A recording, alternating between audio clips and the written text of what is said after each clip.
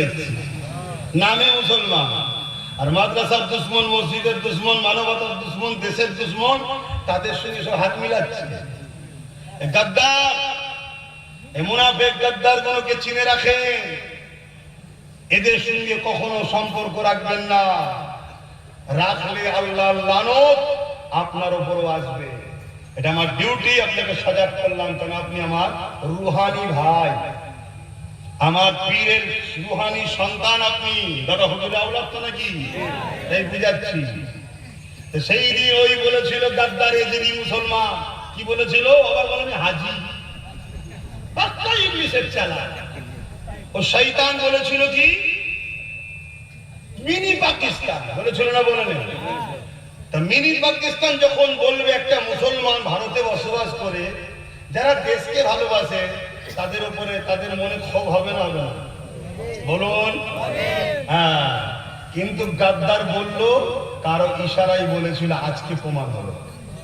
কি যদি মিনি পাকিস্তান বলে থাকে আর ওইটাকে প্রচার যখন তোমরা করেছিলে, তাহলে আজকে মিনি পাকিস্তান বলা লোককে আবার তোমার দলে নিচ্ছ কেন? তাকে সাথ দিচ্ছ কেন? তার কোমরে দড়ি বেঁধে ঘোরাচ্ছনি কেন? একটা প্রশ্ন চিহ্ন আছে না নাই? হ্যাঁ, আগামী দিন এই প্রশ্ন উঠবে। সবে 2 মাস বসছে, বেশি ঘাটাচ্ছে। আগামী দিন প্রশ্ন উঠবে নাকি? এজিদি মুসলমান হলে ঘাবড়াবে, হোসাইনি মুসলমান ঘাবড়াবে না।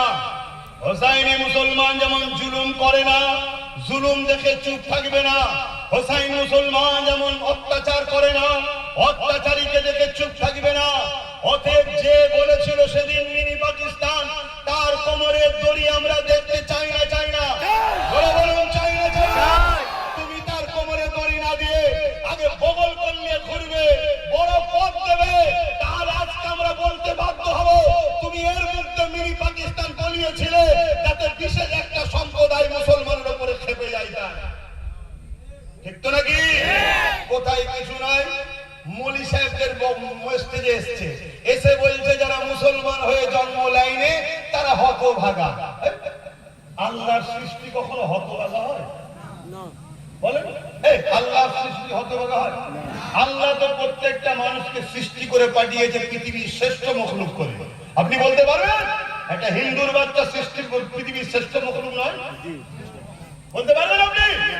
ও যখন জন্ম হয়েছে, হিন্দুর ঘরে হোক, সন্তানের ঘরে হোক, বাগ্দির ঘরে হোক, মহান স্রষ্টা ওকে শ্রেষ্ঠ মখলুক করেছে। চাঁদের থেকেও দামি, সূর্যের থেকেও দামি, পাহাড়ের থেকেও দামি মহান সৃষ্টিকর্তাকে শ্রেষ্ঠ মখলুক করে পাঠিয়েছে।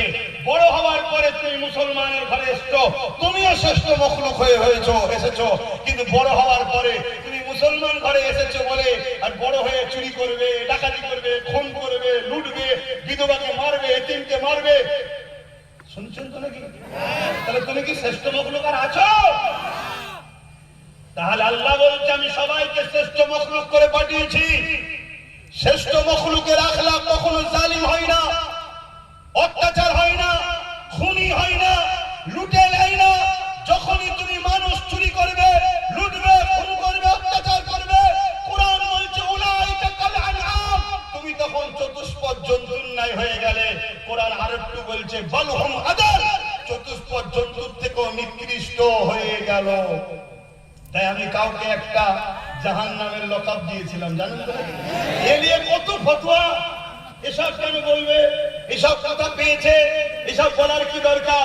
কই আমি তো আপনাকে বলিনি, আমি আপনাকে বলেছি, আপনাকে বলেছি, কাউকে বলেছি? তোকে বললাম কেন?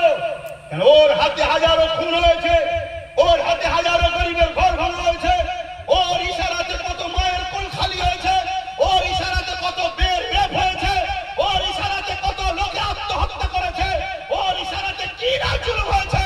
তাহলে আল্লাহ বলছে হাত দ্বারা তোমাকে মানুষের সেবার জন্য পাঠিয়েছি, কাউকে লুটার জন্য পাঠাইনি। পা দ্বারা ন্যায়ের পথে চলার জন্য পাঠিয়েছি, এই পা দ্বারা কাউকে ক্ষতি করার জন্য পাঠাইনি। কিন্তু আজকে তোমার হাত দেখতে মানুষের মতো, পা দেখতে মানুষের মতো, কিন্তু কাজটা হিংস্র পশুর থেকেও খারাপ। কখনো কখনো আমরা ওই ন্যাশনাল জিওগ্রাফি নাকি একটা আছে, দেখবেন বাঘ হরিণের বাচ্চাকে শিকার করতে গিয়েও ময়াতে আবার ছেড়ে দিচ্ছে। কিন্তু মানুষের মধ্যে কিছু মানুষ আছে হিংস্র বাঘের থেকেও খারাপ।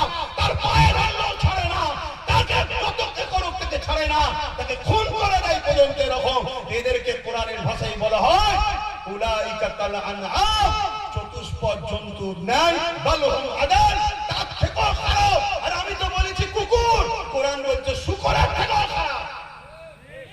তুমি তাকে মানুষ দেখছো, আমি কি করব? আমার সৃষ্টিকর্তা বলছে সে মানুষ শুকরের থেকেও খারাপ। কেন? সে জালিম, সে অত্যাচারী, সে খুনি। মনে রেখে দিও, পৃথিবীর একটা কোন নবীকে দেখাতে পারবেন 1 লক্ষ মতান্তর 2,24,000 নবী রাসূল এসেছে, কোন দিনের জন্য কোন জালিমের সাথ দিয়েছে? যত ইমাম এসেছে, যত মুহাদ্দিস, যত ফুকাহা, যত আলেম দ্বীন, একটা দেখাতে পারবে না যে কেউ জালিমের সাথ দিয়েছে। কেন? জালিমের সাথে শয়তান থাকে, আল্লাহ নয়। জালিমের সাথে কে থাকে? আল্লাহ থাকে না। ধরো তুমি একদিন বাজারে গেছো, একটা মুসলিম আর অমুসলিমে লড়াই হচ্ছে, শুনছো? মুসলিম আর অমুসলিমে, কেন এখন এসব বিভাজন চলছে তো নাকি? লড়াই হচ্ছে। আর তুমি ভাবলে রে মুসলমান আর অমুসলিম যখন লড়াই হচ্ছে, আমিও তো মুসলমান, আমার মুসলমানের সাথ দেওয়া দরকার। কিন্তু তোমার কাছে খবর আছে মুসলমানটা অমুসলিমের উপরে জুলুম করছে। অমুসলিমের দোষ নেই, কিন্তু জুলুম করছে, শুনছো? তুমি যদি ওই জায়গায় মুসলমানটা সাথ দাও, মনে রাখবে তুমি শয়তান।